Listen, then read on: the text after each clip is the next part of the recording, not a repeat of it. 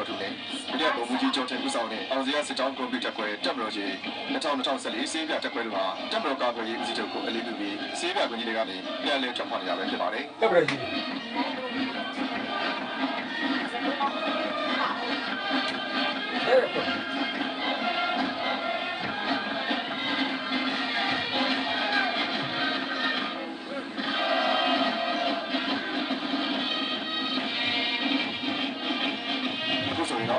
မိုးတိုင်းဘုတ်ကမှာဘုံမူရဲရင်ဝင်ဦးဆောင်တဲ့ MI2 မျိုးစားတက်ခတ်ရေးရဟရင်တုံးစီဟာ disformation ပုံစံနဲ့ပြန်တက်လာပြီးတက်မတော်ကာကွယ်ရေးဦးစီးချုပ်ကိုလေးပြုနေတာပဲဖြစ်ပါတယ်။ဒီတက်မတော်ကိုကြီးကြ။အားလုံးကိုဒီတိုင်းပါ။တက်ခတ်ရေးဟုတ်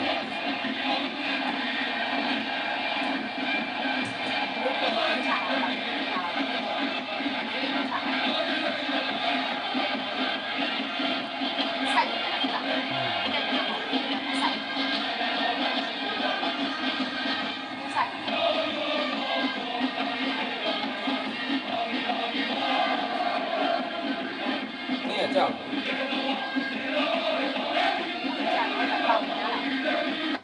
်ကြားတယ်ပါတော့ဘုတ်တော်များတယ်မတယ်ကတော့စနပါပေါ့မတယ်စနပါလို့စစ်တိုင်းနဲ့လောက်ရတယ်ဒီမလုပ်နေဘူးအဲ့တော့ရင်းနေပါစစ်တိုင်းကတရားကိုလောက်ရှိတယ်နေရာလောက်ရှိနေရာတော့ရှိတရားတော့တော့လေးတစ်ချက်မှလာတော့ဒုတိယဘုံကြီးရင်းမဲ့ဝင်ပြီးတော့ဒီတော့စစ်ချုပ်ရုံးရှိကိုစားလို့ငါတို့မလုပ်မလားတော်တိုင်းပိုင်းမှာလုပ်အဲ့တက်ခွင့်တော့မှာတော့ဒုတိယဘုံကြီးချောချောကိုဦးဆောင်တဲ့ကာကွယ်ရေးပစ္စည်းချုပ်လုပ်ရေးရရှိချုပ်ကိုစားပြီးစေးပြတက်ခွင့်ဖြစ်ပါတယ်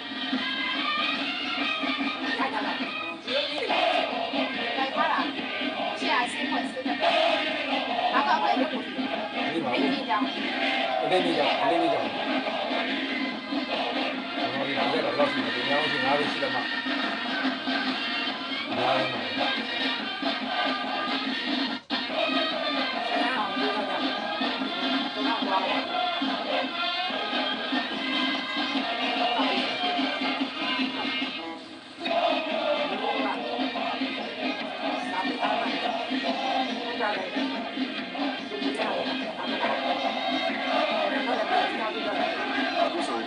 ဆိုတော့ဒီလိုမျိုးမှာဘုံမှုကျော်ကြီးရအောင်ဆောင်တာယူကော်တာရရင်စီနဲ့47ပေါ်စားကင်းချောက်တိုက်တွေစီတို့ဟာဒီဘက်ဆက်ကိစ္စကိုမရှိလို့ခေါ်တယ်လူစားဒီပုံပဲပြန်တန်းချင်းပုံစံနဲ့ပြန်တန်းပြီးတက်မလို့ကာကွယ်ရေးဦးစီးချုပ်ကိုအလေးပြုသွားတာပဲဖြစ်ပါတယ်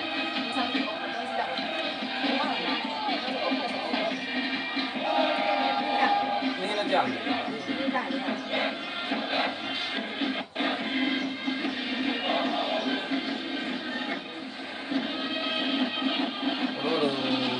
တော့ရောင်းပြီးနေတယ်ပေါ့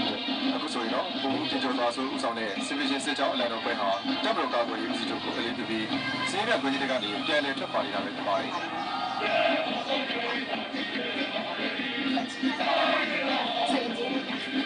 အနေမီနီကြီးတယ်ပြတယ်တလားလို့Civic စစ်ကြောင်းဘုံချုပ်မောင်မောင်ဆိုဒီကနေ့ဘုံကြီးမျိုးကြောင်းဦးဆောင်တဲ့ Civic စစ်ကြောင်းတို့ပြတဲ့ပွဲကာကွယ်ရေးဦးစီးချုပ်ရုံးလေးကိုစားပြီးစီးရဲတဲ့ပွဲဟာတပ်မတော်ကာကွယ်ရေးဦးစီးချုပ်ကိုအလေးပြုပြီးစေးပြကွင်းကြီးတွေကနေပြန်လည်ထွက်ခွာနေတာပဲဖြစ်ပါတယ်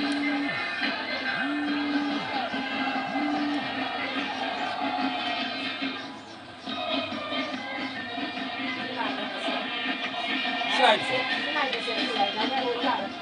အခုဆိုတော့စီဗီရှယ်စစ်ကြောင်းစစ်ကြောင်းကတော့လည်းဒီလိုမှတာဝန်ကိုကြီးကြောင်းတော့တယ်ဒီကဘုံကြီးရန်တိုင်းဆောင်တဲ့ကာကွယ်ရေးစစ်ချုပ်ရုံးတွေကိုစားပြုစေးပြတက်ကွက်တစ်တို့ဟာတပ်မတော်ကာကွယ်ရေးစစ်ချုပ်ကိုအလေးပြုပြီးစေးပြကွင်းကြီးတွေကနေပြန်လည်ထွက်ခွာနေတာပဲဖြစ်ပါတယ်။ဒါက9နိုင်ခွဲနဲ့စ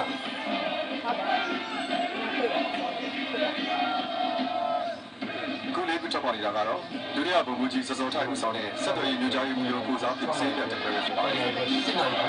3နိုင်ကျော်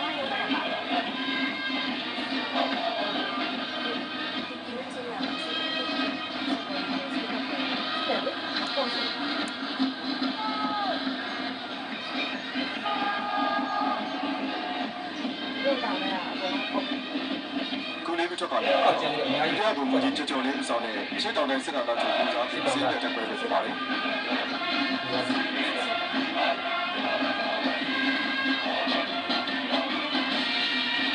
ဒါလည်းတော့ပတ်သက်တယ်ဗျာစစ်တပ်ကလည်းပတ်သက်တာ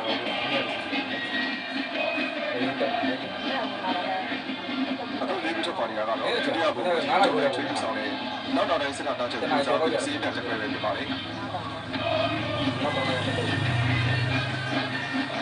ရှိတော့ဟောတယ်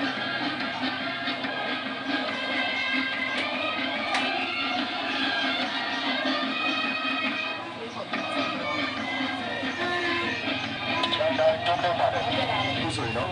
ဂျန်နယ်ဥပ္ပမှာဘုံတက်တဲ့ဆောင်တဲ့မော်တီလီကဆာဘာဘီဘောက်ဖော်မေးရှင်းရောက်တော့ပုံစံဥပ္ပပြန်လာပြီးတက်မော်ကာကွယ်ရေးဦးစီးချုပ်ကိုအလေးပြုသွားတာပဲဖြစ်ပါလေ။ဒီကြတယ်ဆိုတော့ဒါပဲ။ဒီတာကြ။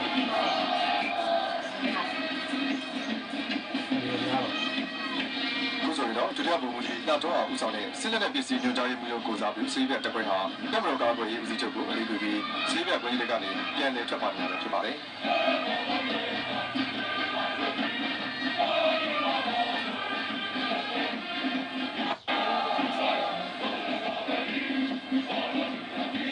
ဒီလိုမျိုးအောင်လုပ်ကြတယ်။တော့တော့မရဘူး။တော့လည်းမှာဓာတ်ပေါက်ဒီ coffee မျိုးကြည့်တာဒီလိုမျိုးအောင်လုပ်ကြတယ်။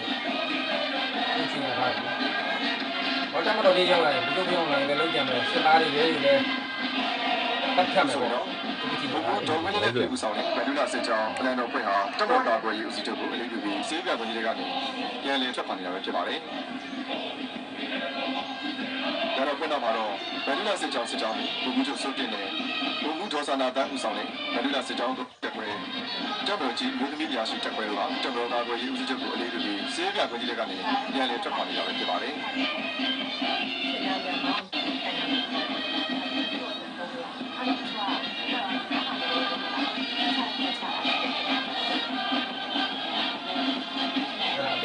အခုဆိုရင်မန္တလေးစစ်ကြောင်းတရင်မှုဘုံမှုကြီးစော်နိုင်မယ်ဘုံမှုဒေါ်လာနယ်ဆိုဦးဆောင်တဲ့တက်မတော်ကြီးမျိုးသမီးချားစစ်တက်ပွဲတို့ဟာတက်မတော်ကာကွယ်ရေးဦးစီးချုပ်ကိုအလေးပြုပြီးစေးပြကွင်းကြီးတွေကနေပြန်လည်ထွက်ခွာနေတာပဲဖြစ်ပါတယ်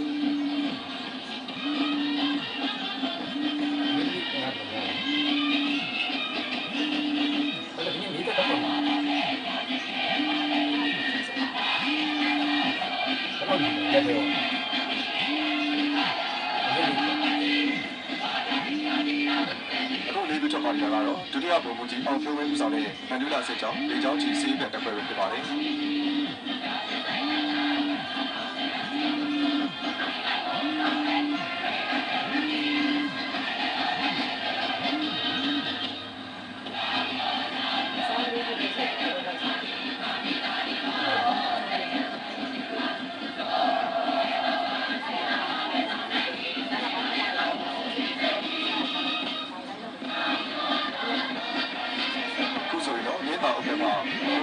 ကျော်ဦးဆောင်တဲ့ East News တေပို့ဆောင်ရေးလေးစီးတဲ့ကင်းကိုစားတက်ကြရေးလေးစီးဟာ Villa Benefit Foundation အုပ်ပြန်တန်းရေးပုံစံနဲ့တက်မတော်ကာကွယ်ရေးဦးစီးချုပ်ကိုအလေးပြုသွားတာဖြစ်ပါတယ်။ဒီနေ့လည်းအားလုံး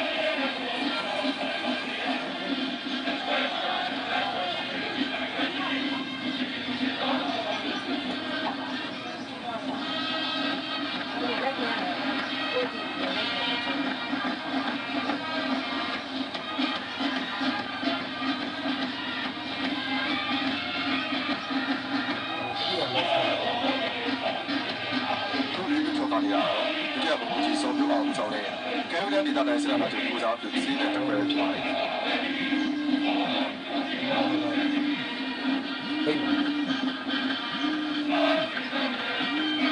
အဲ့တက်ပွဲတော့မှာတော့ဒီကဘုံကြီးကောင်းဆက်ပြီးဆောင်တဲ့ရှေ့တဲ့ဘက်တိုင်းစရာမှာကိုစားပြုစီးတဲ့တက်ပွဲဟာတက်မတော်ကာကွယ်ရေးစီချုပ်ကိုအလေးပြုပြီးစီးတဲ့ကိုကြီးကနေပြန်လည်ထွက်ပေါ်လာပဲဖြစ်ပါတယ်။ဘုလို့ပြောကြတယ်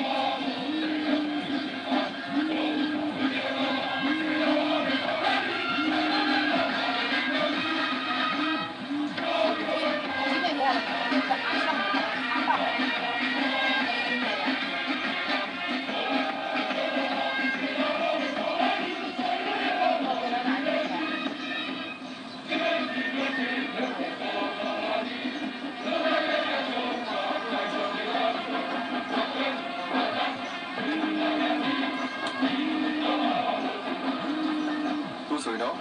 ရေမှုဆိုင်လောင်လေးဦးဆောင်တဲ့အောင်ဆန်းစစ်ကြောင်းအလံတော်ဖွဲ့ဟာတက်မတော်ကာကွယ်ရေးဦးစီးချုပ်ကိုအလေးပြုပြီးဈေးပြပကြီးတွေကနေပြန်လည်ထွက်ခွာနေတာပဲဖြစ်ပါတယ်။ တော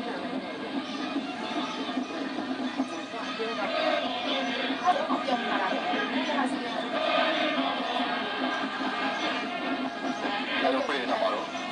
အောင်ဆက်စစ်ကြောင်းယာယီရဲမှုချုပ်ပြည်တန်းနဲ့ဒုတိယရဲမှုကြီးပြပြပြလာတဲ့ဆောင်နေ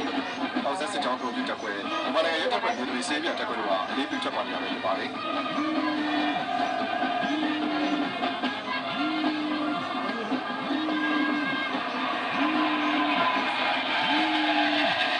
ဆိုရင်တော့မိုးချုပ်ဥပ္ပမှာဒုတိယလူမှုကြီးအေးမင်းအောင်ဦးဆောင်တဲ့ DF စံတင်ဘက်ဆောင်တော့ပေါ်စားတိုက်ခိုက်ရင်လေယာဉ်3စီးဟာ transformation ပုံစံအုပ်ပဲပြန်တန်းတဲ့တက်မတော်ကာကွယ်ရေးဦးစီးချုပ်ကိုအလေးပြုသွားခဲ့တာဖြစ်ပါတယ်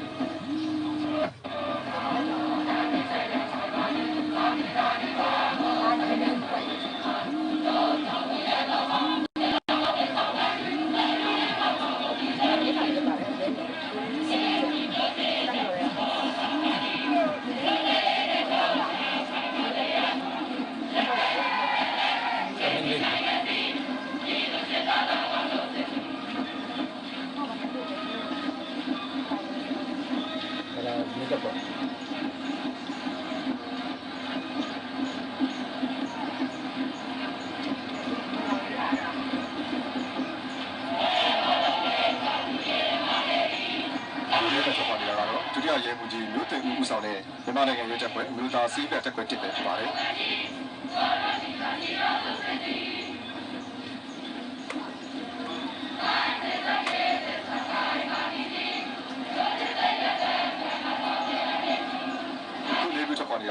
ဒုတိယရဲမှုကြီးသူရိအောင်ဦးဆောင်တဲ့မြန်မာနိုင်ငံရဲတပ်ဖွဲ့မြို့သားစီးပြတက်ခွဲတစ်ပဲဖြစ်ပါတယ်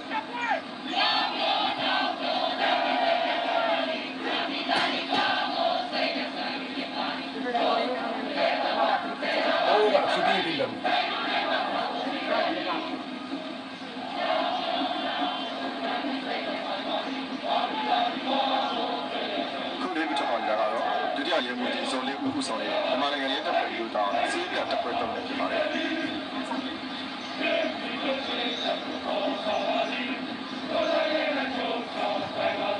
အပေါ်တော့ကားနဲ့ဝယ်ဒီကားဆုံးဒီဆိုတော့ဒုတိယရဲမှုကြီးအောင်ကျော်ထပ်ဦးဆောင်တဲ့မြန်မာနိုင်ငံရဲတပ်ဖွဲ့မျိုးသားစီးပြတပ်ဖွဲ့လေးဟာတပ်မတော်ကာကွယ်ရေးဦးစီးချုပ်ကိုအလေးပြုပြီးစီးပြခွင့်လေးရတယ်ပြန်လည်ထွက်ခွာနေတာဖြစ်ပါတယ်။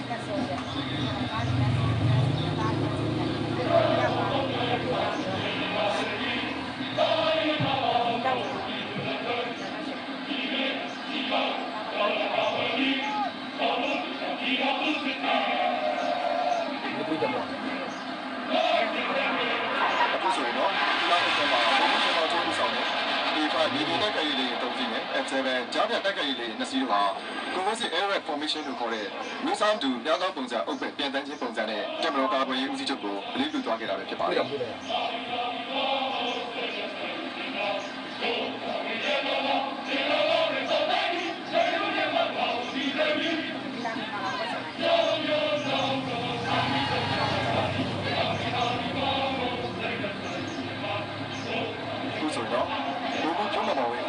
တက်မတော်ကြီးချုပ်တက်ခွင့်ကိုစားပြီးစီးပြတ်တက်ခွင့်ဟာတက်မတော်ကာကွယ်ရေးဦးစီးချုပ်ကိုအလေးပြုပြီးပြန်လည်ထွက်ခွာနေတာပဲဖြစ်ပါတယ်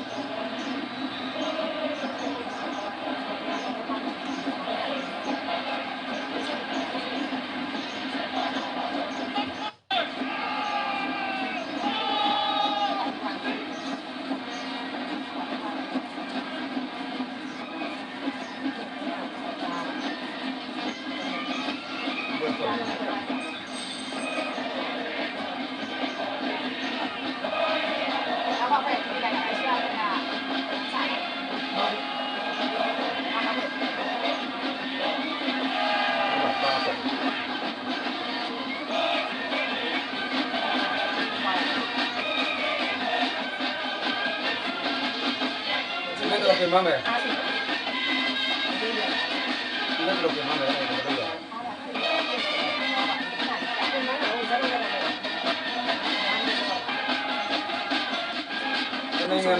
Nereye sıçrayacağım? Olacaksın. Dünya boyunca ağzını insanı. Kilo ne yeni yapıyorlar? Tabii ben böyle yüzücü falan gibi. Yani tapan yapıyorlar.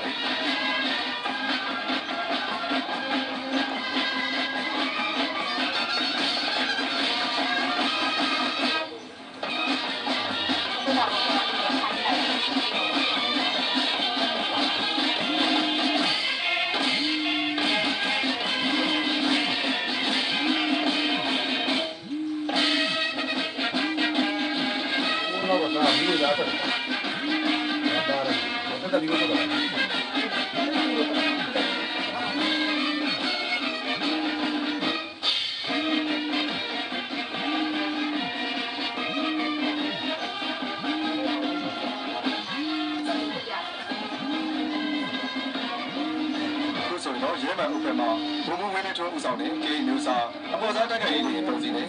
ရပ်130ပေါ်စားတိုက်ခိုက်ရေးတွေရောင်းဒီကိုစအဲinformation ပုံစံနဲ့တက်မလို့ကာကွယ်ရေးဦးစီးချုပ်ကိုအရေးယူသွားတာပဲဖြစ်ပါတယ်ဒီပစံမှာရဲမှန်ဥပမာနိုင်ငံတော်လန်ကိုစားပြုဝါရောင်စိမ်းရောင်အနီရောင်မိကူများထုတ်လွှတ်ပြန်တဲ့tiêuပြသွားခဲ့တာပဲဖြစ်ပါတယ်